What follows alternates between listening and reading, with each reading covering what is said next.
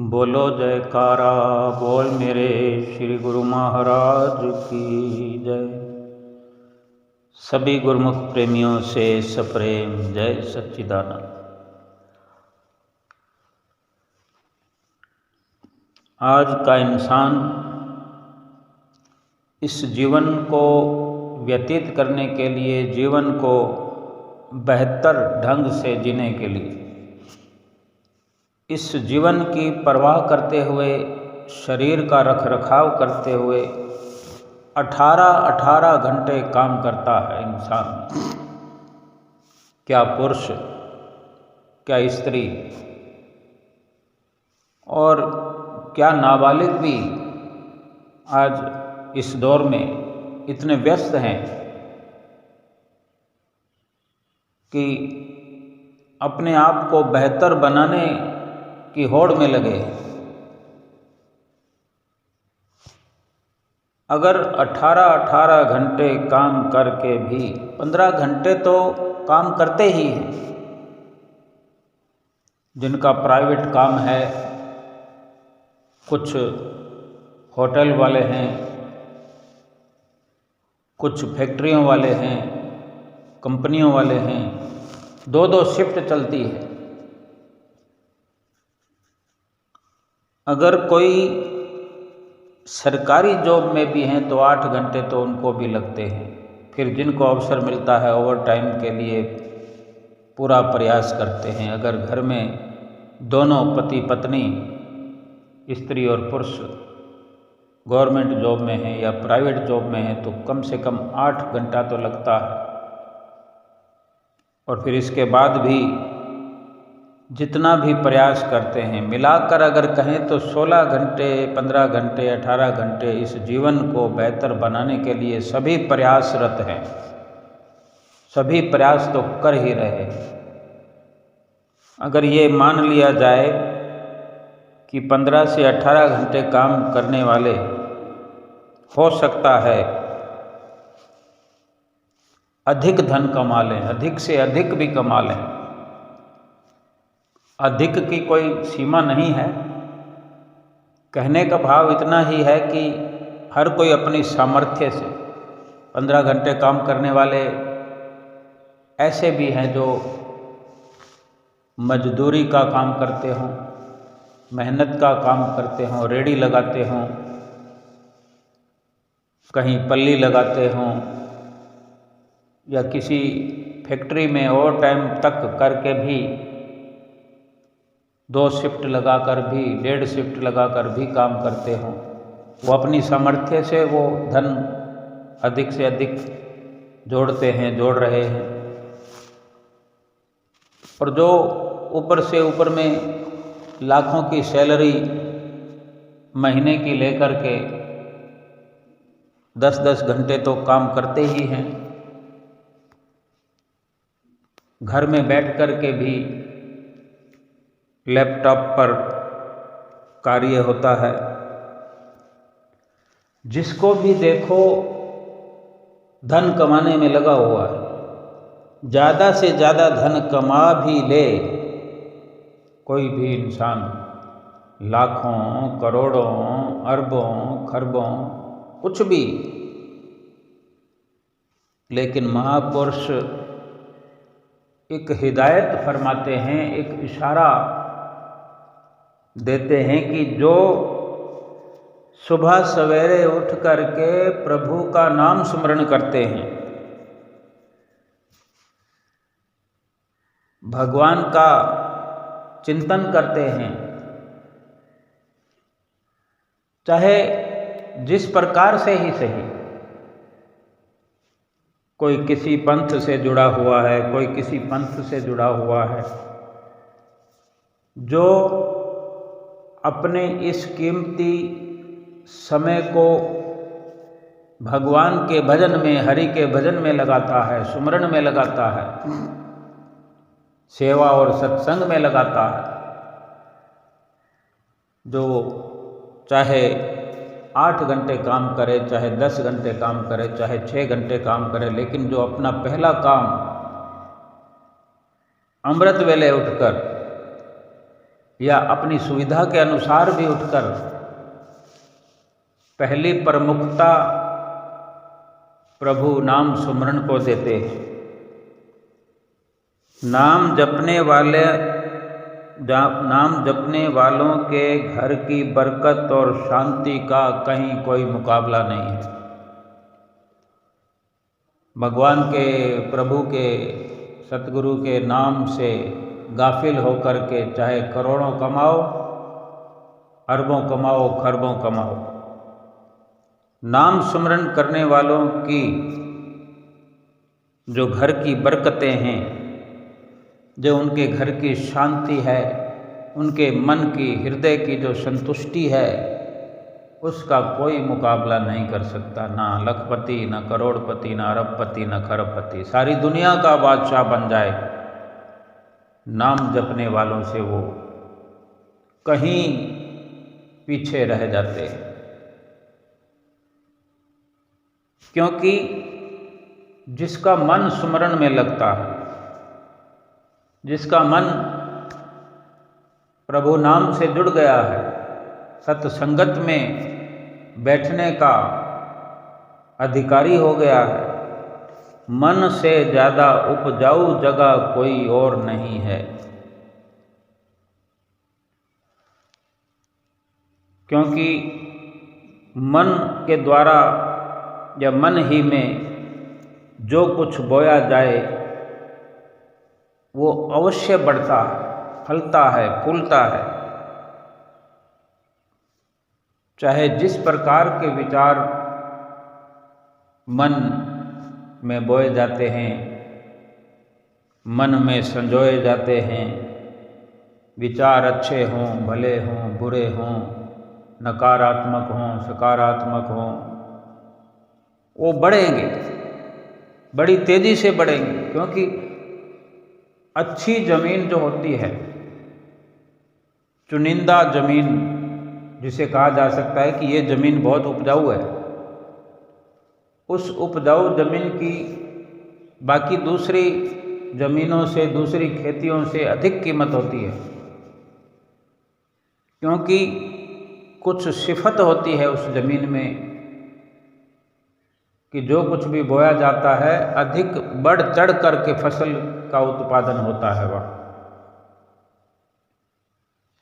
लेकिन सभी फसलों से, सभी खेतियों से एक मन की जमीन को अच्छी उपज वाली खेती कहा गया है। मन की जो उपज है उसका मुकाबला कहीं और किसी जमीन से नहीं किया जा सकता। क्योंकि वहाँ जमीन में अगर हवा, पानी, गर्मी, बरसात का असर फसल को बढ़ाता घटाता रहता है, लेकिन मन ऐसी उपजाऊ धरती है कि वहाँ किसी प्रकार का ये संशय नहीं कि क्या पता मैंने बुरा काम किया है, इसका कोई फल मिलेगा या नहीं, क्या पता मैं बच जाऊं, हो सकता है किसी को पता ना चला हो। और कोई अच्छा कर्म करके, कोई भजन सुमरन करके, भक्ति करके कोई विचार करे, किसी के मन में संशय हो, क्या पता मेरी प्रार्थना सुनी गई कि नहीं, क्या पता कोई लाभ होगा कि नहीं, मैंने सत्संग में समय दिया, मैंने भजन सुमरन में समय दिया। कोई किसी से नफरत कर रहा हो, कोई किसी से प्यार कर रहा हो, किसी को ये संशय करने की जरूरत नहीं है कि ये मेरे कर्म आगे बढ़ेंगे कि नहीं, इनमें इजाफा होगा कि नहीं। बिना किसी संशय के मन से अगर कुछ बो दिया है तो वो बढ़ चढ़ करके फिर हमारे जीवन में उजाला या अंधेरा करते आए हैं और कर रहे हैं और करेंगे। अब भजन सुमरन कोई करे, मन से करे। मन की खेती जो है यानी भाव से करे, श्रद्धा से करे। कहते हैं ना, श्रद्धा से भाव, श्रद्धा से जो नित्य करे निश्चय हो कल्याण। यानी जो मन से करता है, दिल लगा के करता है। एक तो देखो, घर में माताएं बहनें खाना बनाती, गैस चूल्हा जगा हुआ है, सब्जी रखी हुई है, दूसरे गैस पर भी कुछ रखा हुआ है, मन चित्त में उसके अंतःकरण में, हृदय में प्रभु के नाम की धुन चल रही है। जिसने सतगुरु की शरण हासिल की है, सतगुरु से नाम लिया है, ऐसी हजारों हजारों लाखों की तादाद में माताएं बहनें, क्योंकि सुबह सुबह का समय हो या संध्या का समय हो या दोपहर का समय हो, कोई भी काम करते वक्त जो अपने सतगुरु से मन को जोड़कर रखते हैं, जो मन में अपने सतगुरु के प्रति शुद्ध भावना रखते हैं, उनके चित्त में हर वक्त सतगुरु का ध्यान लगा रहता है, सतगुरु की याद लगी रहती है। अपने सतगुरु के दर्शन करने जाना हो, समय पड़ा हो, तो उस वक्त की वो इंतज़ार करते रहते हैं, सतगुरु का ध्यान लगा के रहते हैं कि मुझे फलां दिन जाना है, फलां दिन जाना है। कोई जाना तो चाहता है, लेकिन कोई समय निश्चित नहीं हुआ है, नहीं जा पा रहा है, तो उसकी ये लगन लगी रहती है कि मैं कब जाऊं, मैं कब जाऊं, मैं कब जाऊं। तो इसी धुन में वो सारा काम करते हैं। उनका काम कब हो जाता है कुछ पता नहीं। खाना बनाते हुए, रोटी बेलते हुए, रोटी बनाते हुए, नाम की धुन के साथ उनका मन जुड़ा हुआ है। कब वो काम पूरा हो जाता है और उस काम में, उस खाने में, उन रोटियों में, उन सब्जियों में एक अलग ही तासीर होती है। उस घर का खाना लंगर हो जाता है। ऐसे ही गुरमुख प्रेमियों की भी बात है। अपनी दुकानदारी करते हुए, जॉब करते हुए, जॉब प्राइवेट हो, सरकारी हो, अपने काम को बखूबी करते हैं। काम तो सभी करते हैं, लेकिन जो सत्संग प्रेमी होते हैं, प्रभु नाम के दीवाने होते हैं, वो अपने सतगुरु का ध्यान करते हैं, तो उन्हें काम करते हुए एक सबक मिलता रहता है कि खबरदार कोई भूल ना हो जाए, कोई गलती ना हो जाए, कोई गुनाह ना हो जाए। आज दुनिया का व्यवहार तो हर कोई देख रहा है, किसी से छुपा नहीं है। हर गुरमुख प्रेमी, प्रभु नाम का दीवाना, सुमरन का दीवाना, जितने भी दिनचर्या, जितना भी जीवन व्यवहार करते हैं, उन्हें अपने इस जीवन में सफलता का दौर दिखाई देता है।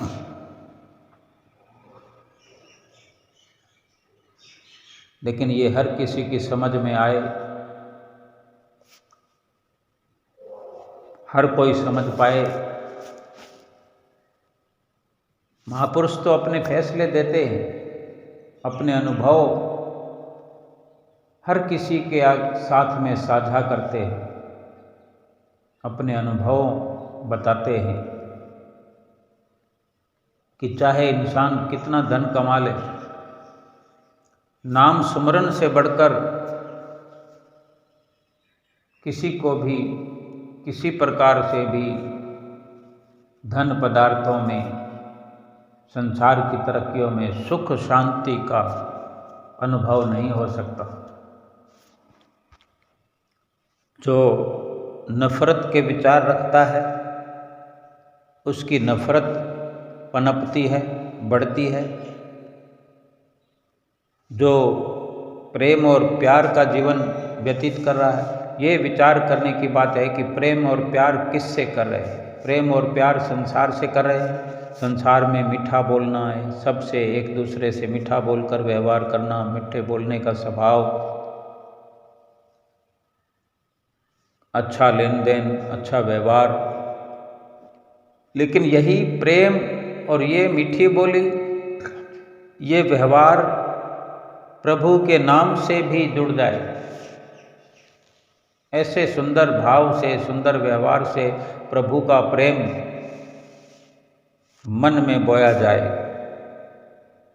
तो प्रभु प्रेम में तरक्की होती है, बढ़ता है, बढ़ता चला जाता है। ये प्रेमा भक्ति यानी इसी प्रकार की श्रद्धा से की हुई भक्ति, ये भजन सुमरन श्रद्धा से जो करते हैं, ये जो भक्ति है, ये भक्ति प्रेम की परिचायक है। वो प्रेम स्वरूप परमात्मा हर इंसान में विराजमान है, और ये प्रेम का गुण भी सब में विराजमान है, भरा पड़ा है। मनुष्य ही है जो प्रेम को परमात्मा के प्रति प्रयोग करके, मनुष्य ही है जो इस प्रेम को परमात्मा के लिए इस्तेमाल करता है। वो अपना प्रेम परमात्मा पर लुटाता है, परमात्मा की कृपा का पात्र बनता है, बन सकता है और बन जाता है। वो परमात्मा का सुमरन, परमात्मा की भक्ति यानी वो साधना जो करता है, इसीलिए करता है कि परमात्मा के गुण कृपा, क्षमा, प्रेम हमारे अंतःकरण में प्रकट हो जाए।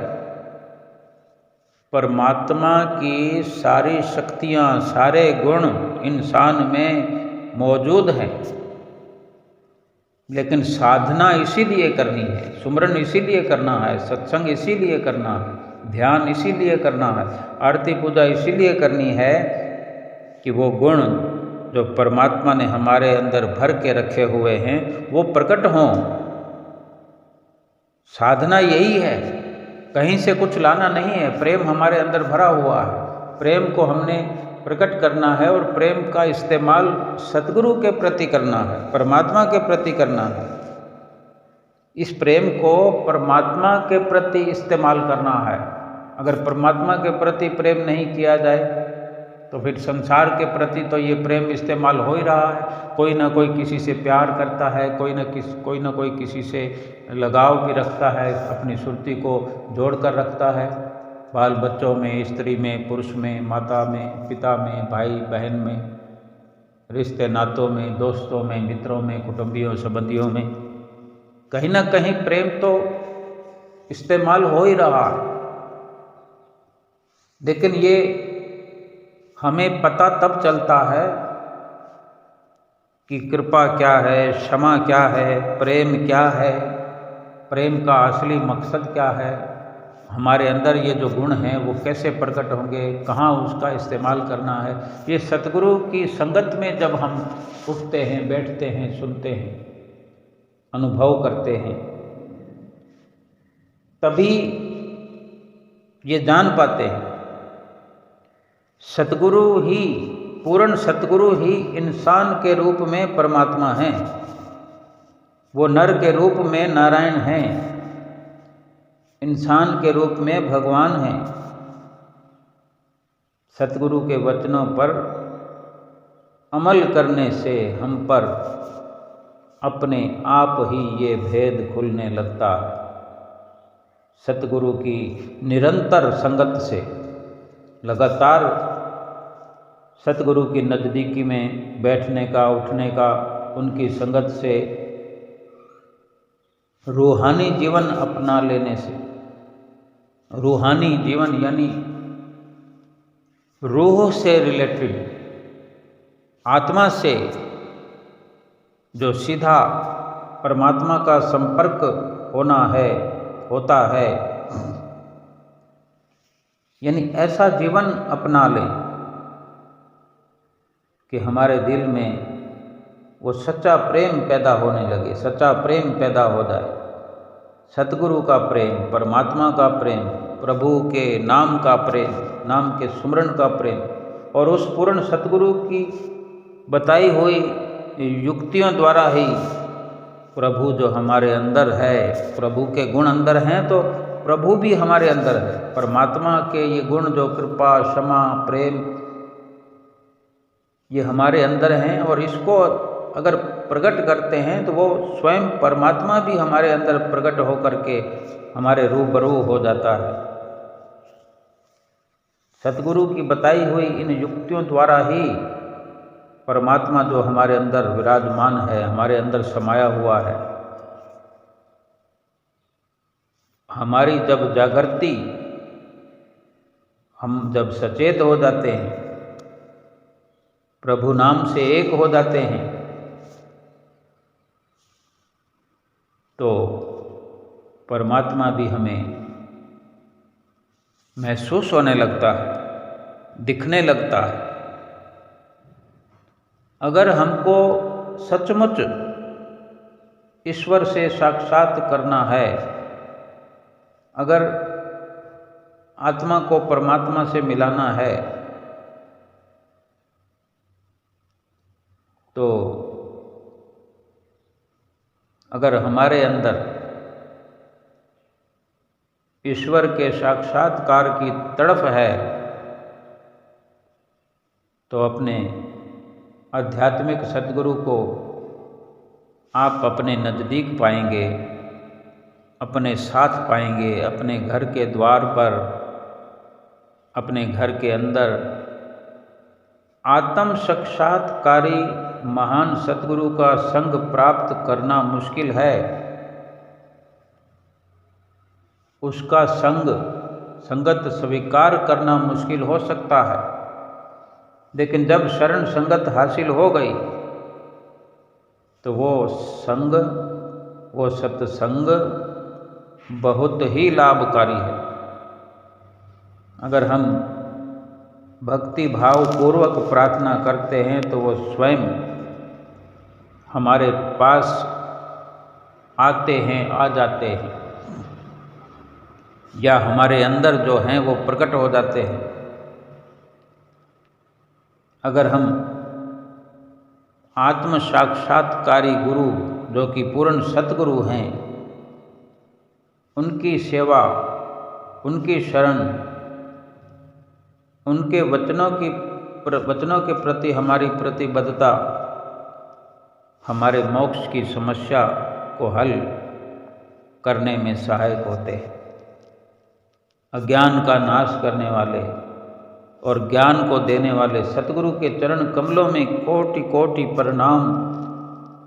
सतगुरु के चरण कमलों में आजीवन आत्म समर्पण करना, ये शिष्यत्व की निशानी है। यानी एक शिष्य के पूरे अमली जीवन की निशानी है आत्म समर्पण करना अपने सतगुरु के प्रति। सतगुरु के स्वरूप का नियमित ध्यान करना, ये शिष्यत्व का राजमार्ग है। यानी जो ये रास्ता है आध्यात्मिक, ये सतगुरु के ध्यान वाला, ये एक ऐसा राजमार्ग है कि फिर यहाँ कुछ और दिखाई नहीं देता। ये अपनी ही एक आध्यात्मिक लाइन है, भक्ति की राह जिसे कहते हैं, भक्ति का रास्ता जिसे कहते हैं। इस राजमार्ग पर, इस सड़क पर, इस रास्ते पर चलते हुए अपने सतगुरु के प्रति, उनकी आज्ञा के प्रति आज्ञा पालन का भाव रखना, ये भी शिष्यत्व की निशानी है। ये नींव है। सतगुरु से मिलने की इच्छा और उनकी सेवा करने की तीव्र आकांक्षा मुमुक्षुत्व की निशानी है। जिसको संसार के बंधनों से मुक्त होना है, आजाद होना है, संसार सागर से जिसको पीछा छुड़ाना है, वो सतगुरु का दामन थाम ले। जिसको सभी चिंताओं से मुक्त होना है, वो सतगुरु के बताए नाम का चिंतन करे, श्रद्धा से, प्रेम से करे। सतगुरु से मिली हुई बख्शिशें जिनको संभाल पाना मुश्किल होता है, ये जितनी कीमती होती हैं बख्शिशें, जितनी लाभदायक होती हैं, उतना ही इनको संभालना भी कठिन होता है, क्योंकि इनके हाथ से जल्दी फिसल जाने का डर होता है। अगर लापरवाही हमसे होती है तो फिर वो कार्य हम नहीं कर पाते जो हमें करना जरूरी है और करना चाहिए। सतगुरु से जो भी बख्शिश मिले, वचन सुनने का अवसर मिलता है, दर्शन करने का अवसर मिलता है, उनकी संगत सोहबत का अवसर मिलता है, उसका तुरंत लाभ उठाना चाहिए। अपने अंदर उन सब को बसाना चाहिए। आजकल करके विस्मृत नहीं कर देना चाहिए, फिर बड़ी देर हो जाती है। बड़ी मुश्किल से सतगुरु की रहमतें हमें प्राप्त होती हैं। संसार के अनेकों सामान, अनेकों सफलताएं आज नहीं तो कल हो जाएगी, कल नहीं तो परसों हो जाएगी। न भी मिली सफलता तो इस शरीर को थोड़ी बहुत असुविधा हो जाएगी। शरीर की तरक्कियां, उपलब्धियां संसार से मिलती हैं। अगर कम हुई तो क्या, ज़्यादा हुई तो क्या। खाना खाने वक्त 2 सब्जी हो तो क्या फ़र्क पड़ता है, 4 सब्जी हो तो क्या फ़र्क पड़ता है, और कोरी एक दाल रोटी हो, नाम को जपते हुए, सुमरन को करते हुए, सत्संग करते हुए, सतगुरु का ध्यान करते हुए बनाया जाए। सतगुरु का ध्यान करके, लंगर समझ के, प्रसाद समझ के, भोग लगाकर प्रसाद खाया जाए। अधिक संतुष्टि, अधिक सुकून मिलता है। भाव कहने का है कि 36 पदार्थ, 56 भोग अगर न भी मिले तो दाल रोटी से भी शरीर तंदुरुस्त रहता है, बल्कि उसके बनस्पत ज़्यादा तंदुरुस्ती रहती है। भाव उसमें सच्चा होना चाहिए कि मुझे केवल पेट की भूख को शांत करना है, इसलिए कि मुझे भजन करना है, मुझे सुमरन करना है, मुझे अपनी सतगुरु से प्रीत करनी है। कोशिश करें कि सतगुरु से मिली बख्शिश किसी भी कीमत पर संभालनी ही संभालनी है। अब ये हमारे हाथ में है कि सतगुरु की बख्शिश को संभालना है या और गलत कर्म करने में हम अपना समय व्यतीत करें, ये हमको विचार करना। रोज नित्य प्रति सतगुरु हमें वचन फरमाते हैं, आगाह करते हैं।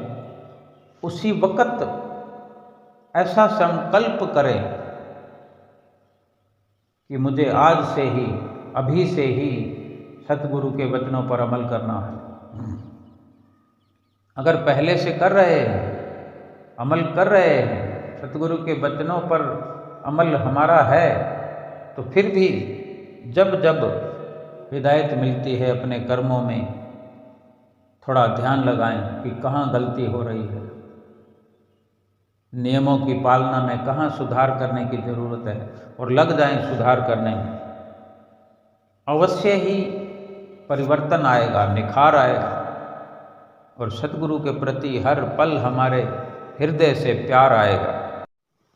जितना सुधार करना कोई चाहे उतना सुधार होता है। जितना कोई निखार लाना चाहे अपने जीवन में, अपने विचारों में, अपने व्यवहार में, अपने भक्ति में, सुमरन में, आरती पूजा में, सेवा में, सत्संग में जितना निखार हम लाना चाहें ला सकते हैं, जितना प्रेम बढ़ाना चाहें बढ़ा सकते हैं, कोई लिमिट नहीं है। इस सरकारी स्तर पर, सांसारिक स्तर पर, पारिवारिक और सामाजिक स्तर पर लिमिट बनी हुई है, एक दायरा बना हुआ है, इतना कर सकते हैं, ये नहीं कर सकते, वो नहीं कर सकते। आज बैंक में जाओ तो इतने रुपए से ज़्यादा जमा नहीं करा सकते, इतने रुपए से ज़्यादा निकाल नहीं सकते, डेबिट कार्ड है, ये है, वो है, एटीएम कार्ड है, इस एटीएम कार्ड की इतनी लिमिट है, एक बार में इतने रुपए निकाल सकते हैं, एक दिन में इतने रुपए निकाल सकते हैं, किसी को इतने रुपए दे सकते हैं। और घर में भी कोई काम है तो हर काम की, हर वस्तु की, हर चीज़ की, हर रिश्ते की लिमिट होती है। लेकिन यहाँ भक्ति और परमार्थ की कोई लिमिट नहीं है। कितना करना चाहते हैं उससे भी कहीं अधिक अनलिमिट भगवान ने हमारे लिए बना कर रखी हुई है। हम कैसे कह दें कि हम गलती नहीं करते, कैसे हम सोच लेते हैं, कैसे हमारे विचार ये इस तरह के आते हैं कि हमने तो 5 नियम कर लिए, 2 घंटे भजन सुमरन कर लिया। किसी भी हद तक जा सकते हैं। 2 घंटे अगर भजन सुमरन हमें करना अनिवार्य समझ भी लिया है, करते भी हैं, तो क्या उसके आगे लिमिट नहीं है? जितना जी चाहे हम समय बढ़ा सकते हैं, जितना जी चाहे उसको साफ सुथरा रख सकते हैं। भजन सुमरन को, उसकी क्वालिटी को कितनी उसमें प्योरिटी ला सकते हैं। एक एक्सपेरिमेंट अपनी ओर से करते चले जाएं,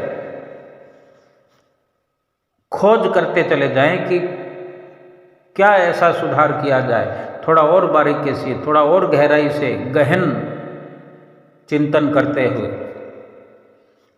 गहराई में गोता लगाते हुए। अभी कोई समुद्र में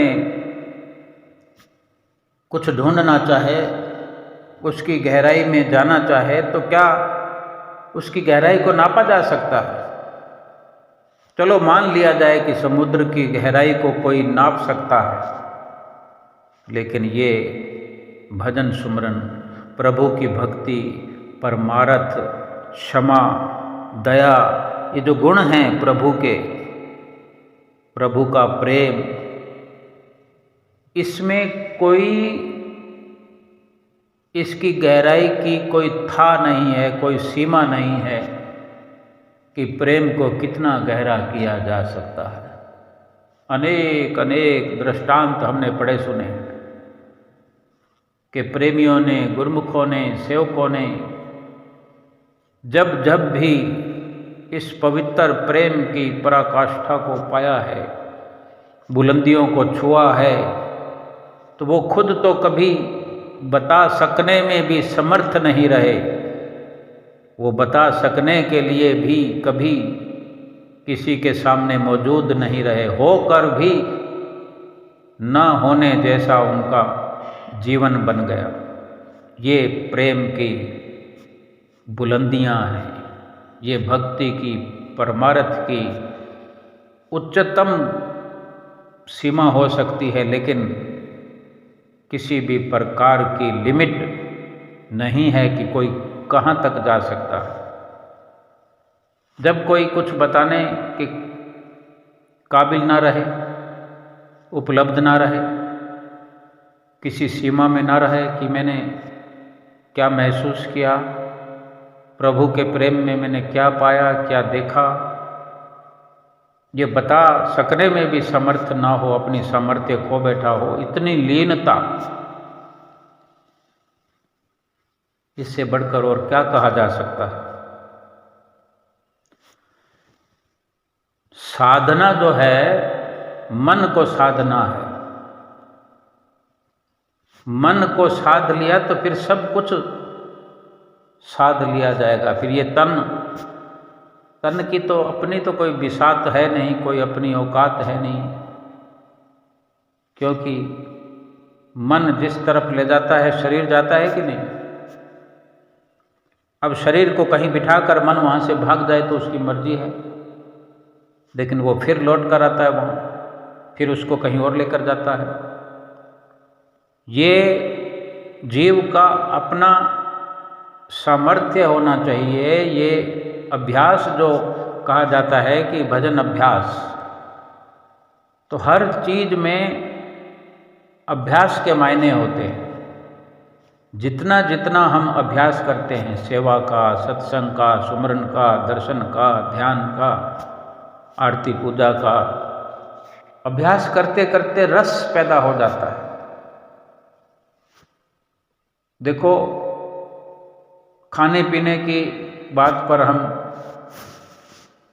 विचार करें कि एक वक्त होता है, बचपना होता है, बच्चा कुछ खाता पीता नहीं है, काजू बादाम तक नहीं खाता। काजू बादाम को घोट कर पिला दिया जाए, रगड़ कर खिलाया जाए। अब कोई काजू बादाम खिलाने के लिए क्या पता कितनी मशक्क़त करते हैं बच्चों को खिलाने के लिए माता पिता, कितना मुश्किल से लाते हों, लेकिन बच्चे के लिए कोई मायने नहीं रखता। उसको नहीं पसंद तो नहीं पसंद। हर कोई तो काजू बादाम अपने बच्चों को नहीं खिला सकता जब वो कुछ ना खाते हों। आज हर कोई देखो, रोटी नहीं स्वाद लगती, सब्जी स्वाद नहीं लगती, दाल स्वाद नहीं लगती, घर में सब्जी बने तो ये पसंद नहीं है, वो पसंद नहीं है, वो पसंद नहीं है। उसके विकल्प फिर ढूंढे जाते हैं। फिर उसके विकल्प क्या, हम काजू बादाम को भी नहीं खाते, उसको ठुकरा करके काजू बादाम का सीरा हलवा भी बना कर दिया जाए तो वो नहीं खाते, लेकिन पिज़्ज़ा बर्गर को खा लेते हैं। ये अपना अपना नज़रिया है, अपनी चॉइस है। अगर अभ्यास किया जाए, और जो करते हैं वही बच्चे फिर बचपन से अगर प्रयास करते हैं, अभ्यास करते हैं, तो एक वक्त रोटी खाने लग जाते हैं, सब्जी खाने लग जाते हैं, धीरे धीरे सुधार आता चला जाता है। लेकिन जो बहक जाते हैं, जिन्होंने अपना अभ्यास कुछ और विकल्प ढूंढ करके लाभ वाली वस्तुओं को छोड़ करके दुरुपयोग करते हैं, दुरुपयोग की तरफ उनका अभ्यास जाता है। फास्ट फूड का इस्तेमाल करते हैं, बाहरी चीज़ों का इस्तेमाल करते हैं, घर की बनी हुई चीज़ों का बहिष्कार करते हैं, नज़रअंदाज करते हैं। स्वास्थ्य बिगड़ता है कि नहीं, इस बात की अगर हम चर्चा कर भी रहे हैं तो ये विचार करें कि आज जो कुदरती उत्पादन है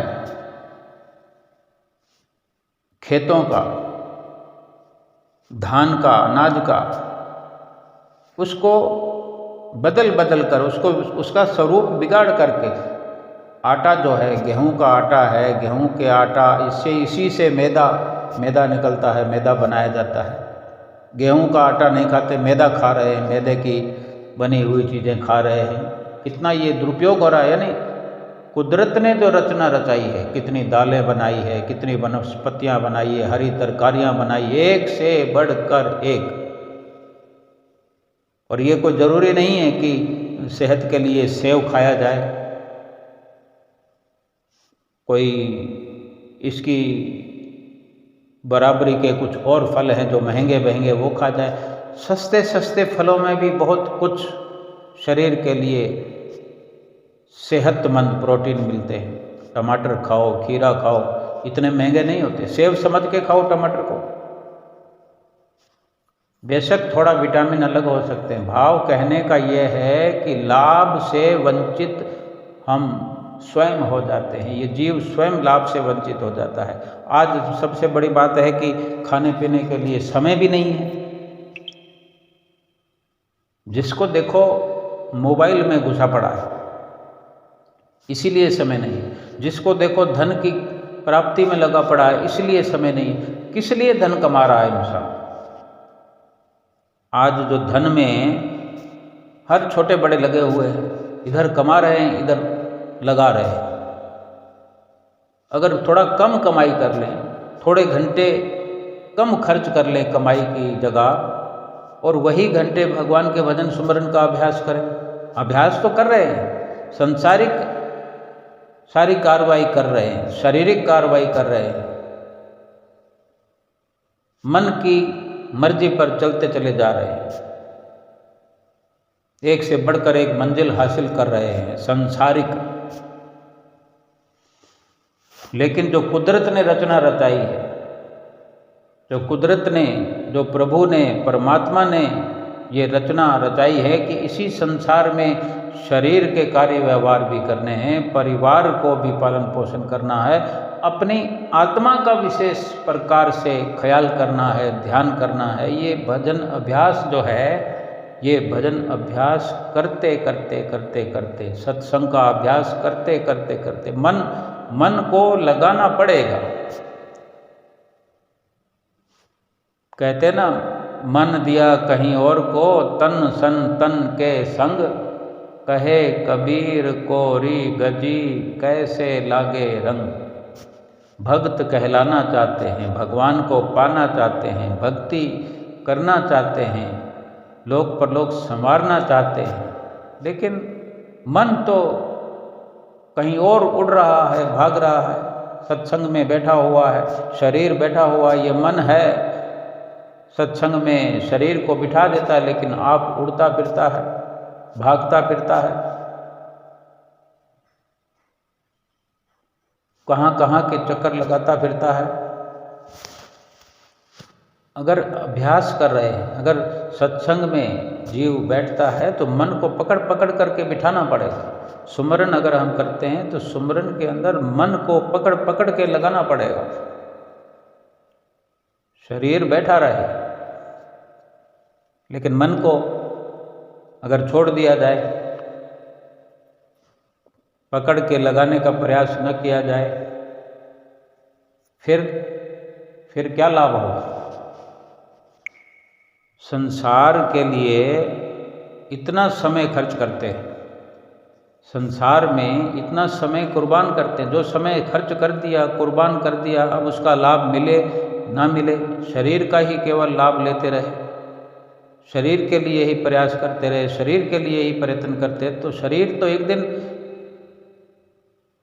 विनाश की ओर जा रहा है और विनाश को प्राप्त हो जाएगा, शरीर नष्ट हो जाएगा, शरीर जल जाएगा। इस नष्ट होने वाली, नाश होने वाली इस शारीरिक संपदा को कब तक कोई रोक कर बैठेगा। और शरीर के लिए, शरीर के निमित्त ही अपना अनमोल कीमती समय खर्च करते रहे और आत्मा को न संवारा, आत्मा का लाभ नहीं उठाया, आत्मा का कल्याण नहीं किया, आत्मा और परमात्मा को एक नहीं किया, आत्मा और परमात्मा का मिलन नहीं किया, तो फिर कब वो वक्त आएगा। जन्म तो जा रहा है, हाथों से फिसलते हुए जा रहा है, एक एक पल करके, एक एक घंटा करके, एक एक दिन, महीने, साल करके ये जीवन समाप्त होता चला जा रहा है, आयु समाप्त हो रही है। अभी वक्त है, अभी का अभी संभलने का वक्त है, समझने का वक्त है, करने का वक्त है। आरती पूजा का अभ्यास चलता रहे, सेवा का अभ्यास चलता रहे, सेवा कम करें, थोड़ी करें, दिल से करें, सच्ची लगन से करें, मन लगा करके करें, श्रद्धा से करें। हमारे लिए तो सोने पे सुहागा है कि श्री परमहंसों की हम गुरुमुख प्रेमियों को चरण शरण मिली है और श्री परमहंसों ने ये सुंदर श्री दरबार बनाया है। हमारे लिए स्वयं भगवान ने नर रूप में स्वयं नारायण आए, परिपूर्ण सतगुरु ही परमात्मा है जो इंसान के रूप में हमें मिले हैं, हमें देखने का अवसर मिल रहा है। इंसान के रूप में देखकर इंसान समझने की भूल नहीं करनी है। वो केवल हमारे लिए ये नर का रूप धारण के खुद नारायण आए हैं। सतगुरु को भगवान समझकर ही उनका दर्शन करें, निखार ये लाना है। सुधार ये करना है कि बार बार हम ये भूल कर लेते हैं कि ये तो गुरु महाराज जी हैं, फिर भगवान किसी और को समझ रहे हैं, भगवान किसी और को बना रहे हैं, कभी इधर जा रहे हैं, कभी उधर जा रहे हैं। फिर ये दृढ़ निश्चय वाली जब तक प्रीत नहीं होगी, दृढ़ निश्चय वाला जब प्रेम नहीं होगा, ये विश्वास जब तक नहीं होगा तो लाभ भी नहीं होगा। जन्म तो पूरा मिल गया, श्वास तो पूरे मिल गए जितने भी मिले। अगर 20 साल का भी जीवन मिला तो कोई कमी नहीं है। 20 साल की जिंदगी में भी अपना उद्धार करने के लिए, आत्मा का कल्याण करने के लिए भगवान ने, परमात्मा ने कोई कसर नहीं छोड़ी है। अगर सतगुरु का मिलन हो गया है 20-25 साल की उम्र में भी, अगर हमें कल्याण करना हो तो पर्याप्त समय है। लेकिन अफसोस तो तब है जब 80 साल की उम्र में भी कोई कोरा हो, कोई संतुष्टि नहीं हो, कोई सुकून नहीं हो, हृदय में शांति ना हो, प्रभु के होने का एहसास ना हो, तो ये अफसोस की बात ही है। इसका मतलब यही है कि मन दिया कहीं और को, तन संतन के संग, कहे कबीर कोरी गजी, कैसे लागे रंग। शरीर को लगाए हुए, शरीर हमारा कुटिया पर जाता है, सत्संग आश्रम पर जाता है, शरीर हमारा श्री दरबार में पहुंचता है, कभी श्री प्रयाग धाम में चक्कर लगा रहे हैं, कभी श्री अनंतपुर में चक्कर लगा रहे हैं, कभी श्री संत नगर में, विवेक धाम में, बेंगलोर धाम में, अमर धाम में। जब जब मन हमारा शरीर के साथ में होता है, मन लग कर के सत्संग सुनता है, दर्शन करता है, ध्यान करता है, वही वही घड़ियाँ हमारी लिखी जाती हैं लेखे में। कबीर संगत साध की, साहेब आवे याद, लेखे में सोई घड़ी बाकी दिन बर्बाद। घंटे तो हमें 24 मिले हैं, पूरे दिन में 24 घंटे हमें मिले हुए हैं, हमारे हैं, हमारा अधिकार है। जो जो पल, जो जो भी श्वास हम अपनी स्वेच्छा से खर्च करते जाएं, इन पर केवल और केवल प्रभु नाम का शब्द अंकित हो, हर श्वास नाम के अंदर चलता रहे। और इस प्रकार से जितने घंटे, दिन, महीने, साल गुजर गए हैं, गुजरते रहेंगे, वो लेखे में रहेंगे। 24 घंटों में अगर हमने आधा घंटा ही भगवान की तरफ लगाया, भगवान के ध्यान में लगाया, नाम सुमरन में लगाया, सतगुरु की याद में लगाया, तो आधा घंटा लेखे में लगेगा। अब विचार करो कि 24 घंटे में अगर हमने आधा घंटा मन लगा कर किया भजन, सुमरन, ध्यान, तो 23.5 घंटे का फिर क्या होगा? वो तो बर्बाद हो गए। लेखे में तो आधा घंटा लगा। 2 घंटे जो हमें भजन सुमरन कहा है, तो 2 घंटे भजन सुमरन तो हमें करना ही चाहिए, क्योंकि सतगुरु हमसे क्या करवाना चाहते हैं ये वे आप जानते हैं। हमें तो समझना है कि पहले जो उन्होंने कहा है वो हम करें। 2 घंटे भजन सुमरन करें, आरती पूजा करें, सेवा करें, सत्संग करें। भले ही 2 से लेकर 4 घंटे तक हमें रोज लगाना है। सतगुरु की केवल आज्ञा का पालन करने मात्र से हमारे 24 के 24 घंटे एक दिन सफल हो जाएंगे। लेखे में सब की सब घड़ियां हो जाएंगी। दिन का कोई भी लम्हा, कोई भी श्वास, कोई भी मिनट, सेकंड, घंटा बर्बाद नहीं होगा। तब कहीं जा कर के सतगुरु की प्रसन्नता हमें प्राप्त होगी। नहीं तो बाकी तो फिर सारा कुछ सुधार करने वाला ही है। सुधार करते रहें, करते रहें, करते रहें। जीवन भर अपने आप को सुधारते रहना, जीवन भर अपने आप को निखारते रहना। निखार निखार करके शीशे के समान जब मन की दशा हो जाएगी, ऐसे ऐसे पत्थर आज मकान में लगे होते हैं, मार्बल लगे होते हैं, या एक मार्बल जो मोटे रूप में है, सस्ते से सस्ता मार्बल हो, उसको अगर घिसते हैं, उसकी घिसाई करते हैं, उस घिसाई की एक लिमिट रखते हैं कि अगर घिसाई कर दी गई तो ऊपर चलने का खतरा होता है, फिसलन हो जाती है इतनी कि एक एक कदम ध्यान से चलना पड़ता है। इसलिए उसकी घिसाई कम करते हैं। अगर अधिक से अधिक घिसाई करते चले जाएं तो ऐसी दशा हो जाती है, ऐसी अवस्था उस पत्थर की हो जाती है कि वहाँ पर हम खड़े हुए हैं, बैठे हुए हैं तो हमारी परछाई उसमें दिखती है, यानी शीशे के समान उस पत्थर की दशा हो जाती है। अपना हम रूप देख लेते हैं उस पत्थर के अंदर। लेकिन जब वो पत्थर खान से निकलता है तब ऐसा नहीं होता। ऐसे ही जीव भी जब इस दुनिया में आता है, चाहे कितना भाग्यशाली है, संस्कारी भी है, पिछले जन्मों के पुण्य संस्कार भी हैं, लेकिन संवारना तो अपने आप को पड़ेगा ही, सुधारना तो अपने आप को पड़ेगा ही। अब जितनी जी चाहे हम मन को साधते हुए, मन की साधना करते हुए, एक प्रकार से ये घिसाई है मन की।